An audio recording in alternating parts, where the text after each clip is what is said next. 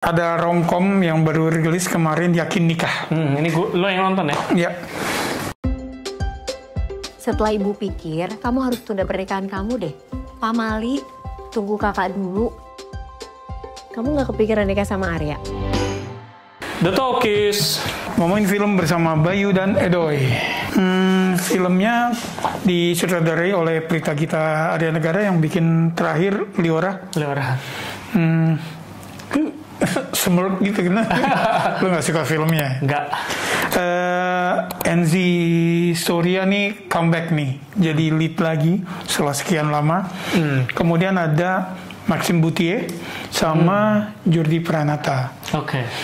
Oke, jadi filmnya tuh tentang keluarga yang punya 2 anak cewek. Siapa dan siapa? Adiknya mau nikah, maka ibunya bilang, kakaknya jangan dilompatin dong, kamu harus nikah sekarang. Ini problem yang Indonesia banget.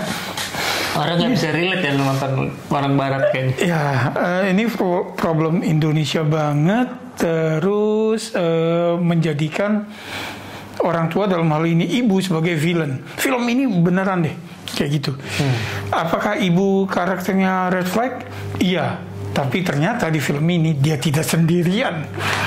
Enzi itu jadi Niken. Dia tuh kakaknya copywriter dia di sebuah agensi gitu. Nah, dia tuh udah punya calon suami namanya Arya, diperankan Maxime Bouttier, yang perfect gitu ya, ganteng, tajir, setia. Dia cinta banget nih sama Niken. Tapi kamu nggak mau kawin? Tapi dia sibuk. Nah, kemudian ketika orang tuanya Niken, ketika ibunya Niken tuh, kamu kawin dong, jangan sampai dilangkain. Harus nikah sebelum adiknya nikah. Sementara adiknya udah set the date. Gitu ya, karena adiknya udah dilamar. Nah kemudian dia jadinya terdorong untuk yuk nikah yuk gitu. Nah, ketika si Arya itu masih menunjukkan gue sibuk gitu kan. Sibuk tuh untuk persiapan mereka sebetulnya. Tapi ini kan kemudian memilih untuk yang the next best thing adalah mantan cowoknya yang ketemu ketika mereka lagi ngelayat. Lagi ngelayat datang, wah mantannya. Terus dianterin, kemudian CLBK gitu, karena mantannya mengaku sampai sekarang belum bisa move on. Dia sini kan ngasih harapan dengan ngajak dengan jalan berkali-kali dan nggak cerita ke Arya. Ini menjadikan Niken adalah karakter red flag kedua yang gue bilang. Gitu loh. Apakah cukup sampai di sini? Enggak. Ya. Jadi Gary berani ngelamar. Niken tentu nolak. Ya, karena dia udah punya cowok. Gitu loh. Tapi somehow ketika si Arya ngelamar dan udah diterima, udah bikin undangan, udah mereka keluarga ketemu, dia ngebatalin karena satu hal kecil gitu loh. Komplainnya masih sama, kayaknya kamu fokusnya bukan ke aku gitu loh, ke pekerjaan. Which is salahnya di mana? Gue buat kerja buat kita kan gitu ya. Sampai akhirnya puncaknya adalah ketika Arya find out bahwa selama ini tunangan gue tuh jalan sama mantannya. Nggak terima dong. Iya dong. Kenapa lo nggak cerita gitu kan? Dikonfront tuh, kenapa nggak cerita? Iya, aku minta maaf gini. Wedding soft. Udah kan? Apakah cukup sampai situ? Red flag-nya Niken berlanjut, yaitu dengan dia jalan lagi ke Gary, dan ketika Gary tahu mereka batal nikah, dia ngelamar. Dan jawaban Niken adalah yuk. Spoiler dong nih. Udah lewat ya, udah lama. Gitu. Jadi dan sepanjang film Niken tuh terus menunjukkan ke bendera merahannya dia. Oke. Itu belum terakhir loh, Bay. Gitu loh. Jadi gawat ya. Maksud gue gini, salah gak sih ketika karakter utama di sebuah romcom itu red flag? Kalau menurut gue resikonya tinggi. Tapi kalau menemukan pemeran yang tepat, penonton bisa memaafkan. Contohnya kayak NZ Story. NZ Story di sini. 100 Days of Summer. Iya, nggak usah jauh-jauh, Cinta. Oh iya. Dian Sastro gitu ya. Kan red flag itu semua tuh. Ingat juga Julia Roberts di My Best Friend's Wedding, yang dia mati-matian berusaha membatalkan pernikahan cowok yang dia suka. Tapi karena likable, kita memaafkan nih. Cuma karena dia sepanjang film kayak gitu, jadi yang wah gila gitu ya, agak sulit untuk menerima ini gitu ya, bahwa kayaknya apapun kesialan yang menimpa Niken layak deh. Yes, jadi ini kan sebetulnya yang premis yang lo sebutkan tadi sebetulnya cukup menarik, tapi berarti lo kurang suka sama? Gue kurang suka karena kita disuguhi terus-menerus ke stupid decisions-nya si Niken. Kalau lo nonton, ya lo akan paham kenapa gue gak setuju, karena spoiler alert, sampai terakhir dia masih tetap gitu. Karakter arc-nya nggak ada.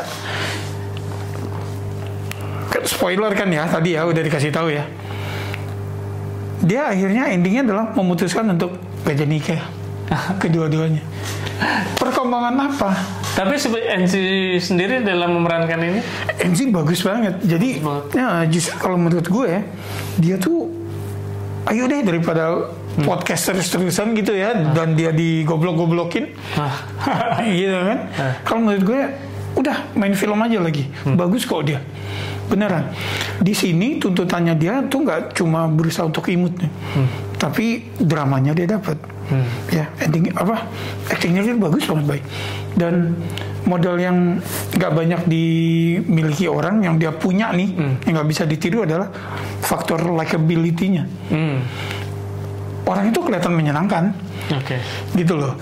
Nah di sini, selamat kalau salah casting aja nih film caur nih. Tapi di sini ada Maxim, Jordi. Oke, gimana? Serviceable lah.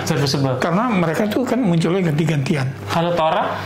Nah, Tora di sini dia jadi tokoh bapak yang lo inget gak tokoh orang tua di Juno atau di Easy A, ya, yang bapak yang pengertian banget. Nah, Tora tuh karakter bapak yang dibikin seperti itu. Tapi munculnya tuh kebanyakan kalau menurut gue ya. Sehingga mau nggak mau kita ngeliat, anjir nih orang nih ditulis bukan sebagai manusia utuh, tapi memang untuk kebutuhan itu.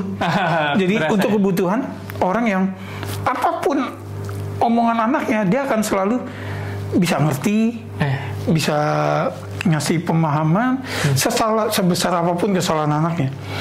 Gitu ya. Akhirnya jadi yang kayak cebit-cebit nih.